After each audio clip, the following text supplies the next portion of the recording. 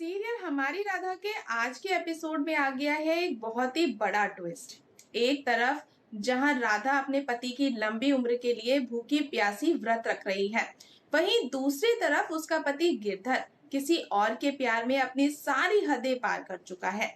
लेकिन अब सवाल ये उठता है कि क्या गिरधर की ये दोहरी जिंदगी उसके बाबूजी के सामने बेनकाब होने वाली है। तो चलिए शुरू करते हैं आज के हमारी राधा के पूरे एपिसोड की कहानी। तो दोस्तों, आज के एपिसोड की शुरुआत होती है गिरधर से, जो शाम ढलते ही शनाया की बिल्डिंग के नीचे पहुंच जाता है। गिरधर गाड़ी के पास खड़े होकर खुद से ही बातें कर रहा होता है कि जब तुम उस लड़के के साथ बाइक पर बैठकर चली गई थी, तब मैंने सोच लिया था कि कभी तुम्हारे पास वापस नहीं आऊंगा, पर क्या करूं, तुम्हारे बिना तो मैं जी भी नहीं सकता। बेचैन होकर गिरधर तुरंत अपनी जेब से फोन निकालता है और शनाया को कॉल मिलाता है।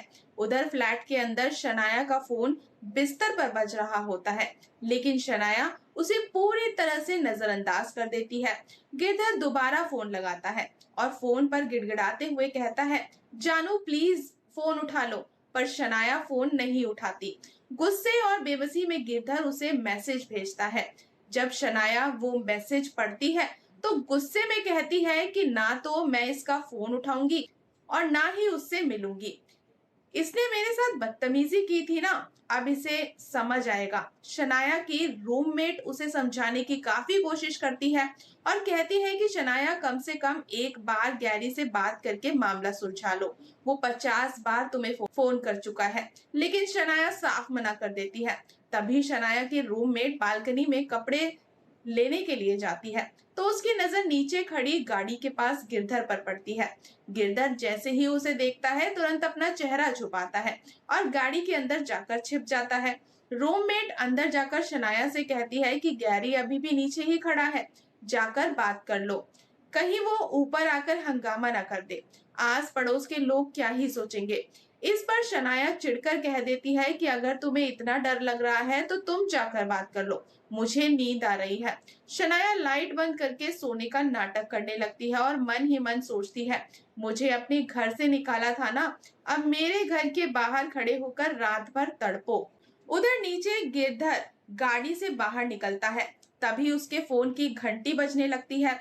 गिरधर को लगता है कि शनाया का फोन है और उसके चेहरे पर मुस्कान आ जाती है, लेकिन स्क्रीन देखते ही उसके होश उड़ जाते हैं। स्क्रीन पर देखकर उसे लगता है कि राधा का फोन है। वो गुस्से में फोन उठाकर चिल्लाने ही वाला होता है कि तभी दूसरी तरफ से आवाज आती है उसके पिता की। बाबूजी की कड़क आवाज सुनते ही गिरधर की सिट्टी पिट्टी गुम हो जाती है। बाबूजी डांटते हुए कहते हैं, ये कौन सा तरीका है बहू से बात करने का, सुधर जाओ तुम, इतना वक्त हो गया है तुम इस घर से गायब हो, और घर कोई धर्मशाला है क्या कि जब मन करा तब आ गए और जब मन किया चले गए। गिरधर हकलाते हुए झूठ बोलता है, बाबूजी वो एक बहुत ही जरूरी क्लाइंट से मिलने आया था। बाबूजी पलटकर पूछते हैं, परिवार से ज्यादा जरूरी तुम्हारे लिए क्लाइंट हो गया है। गिरधर बहाना बनाते हुए कहता है, बाबूजी अगर आज इस क्लाइंट से डील फाइनल नहीं हुई तो बहुत बड़ा नुकसान हो जाएगा, फिर वो दोबारा कभी हाथ नहीं आएगा। बाबूजी कहते हैं, कल घर में बहुत बड़ी पूजा है, तुम्हारी पत्नी ने तुम्हारे लिए व्रत रखा है। इस पर गिरधर कहता है कि बस आज रात की बात है पिताजी, मैं कल सुबह तक आ जाऊंगा। सुबह आने की बात सुनते ही बाबूजी का पारा चढ़ जाता है, लेकिन तभी गिरधर की माँ बीच में आ जाती है और अपने लाडले बेटे का पक्ष लेने लगती है। बाबूजी गुस्से में फोन माँ को थमा देते हैं। माँ बड़े प्यार से कहती है कि मुन्ना अपना काम निपटा कर जल्दी घर आ जाना और कल ऑफिस से छुट्टी ले लेना। पीछे से बाबूजी चेतावनी देते हैं कि अगर ये कल वक्त पर नहीं आया और बहू को इंतजार करवाया तो फिर मुझसे बुरा कोई नहीं होगा। गिरधर डर के मारे जी बाबूजी कहकर फोन काट देता है। फोन कटने के बाद बाबूजी परेशान होकर अपनी पत्नी से कहते हैं, हमारा मन कुछ विचलित है, जब से हम यहाँ आए हैं हमें कुछ ठीक सा नहीं लग रहा। ये मुन्ना बहू और बच्चों की बिल्कुल परवाह नहीं करता, दाल में कुछ जरूर काला है। लेकिन माँ अपने बेटे की तरफदारी करते हुए कहती है, मुन्ना इतने बड़े ऑफिस का अफसर है, काम तो रहेगा ही, अब क्या वो आपको हर बात का बही खाता खोलकर दिखाए। चलिए सो जाइए, कल सुबह पूजा की तैयारी करनी है। उधर डाइनिंग टेबल पर राधा उदास बैठी है, उसने अभी तक खाना नहीं खाया। सास ससुर उसे प्यार से खाना खाने के लिए कहते हैं। राधा हिचकिचाते हुए कहती है, बाबूजी मैंने कभी इनके बिना खाना नहीं खाया है। सास ससुर उसे समझाते हैं कि गिरधर तो सुबह आएगा, इसलिए वो थोड़ा सा खा ले। अपनों के कहने पर राधा जैसे ही थाली से पहला निवाला उठाती है, उसके हाथ कांपने लगते हैं और वो बिना खाए वहां से उठकर कमरे की तरफ भाग जाती है। सास बाबूजी से कहती है कि बेचारी गिरधर के बिना खा भी नहीं पा रही है, इसलिए भावुक हो गई है। और ये देखकर बाबूजी का गुस्सा और भी ज्यादा बढ़ जाता है और वो कहते हैं कि इस मुन्ना को तो मैं सीधा करके ही रहूंगा। हमारे सामने इसका ये हाल है तो हमारे जाने के बाद क्या करता होगा। पूरी रात बीत जाती है। उधर गिरधर शनाया के फ्लैट के नीचे रात भर पहरा देता रहता है और उधर राधा पूरी रात जागकर अपने पति की राह देखती है। सुबह होते ही राधा पूजा की तैयारियों में जुट जाती है और वो मुस्कुराते हुए सोचती है कि आज मैं अपने मिस्टर जी के लिए उनकी मनपसंद खीर बनाऊंगी। वो अलमारी से एक खूबसूरत साड़ी निकालकर तैयार होने लगती है। दूसरी तरफ सुबह होते ही शनाया की रूममेट नीचे आती है और गिरधर को पूरी रात वहीं पर खड़ा देखकर दंग रह जाती है। गिरधर उसे देखकर फिर से मुंह छुपाकर गाड़ी में छुप जाता है। थोड़ी देर बाद शनाया भी तैयार होकर नीचे आती है।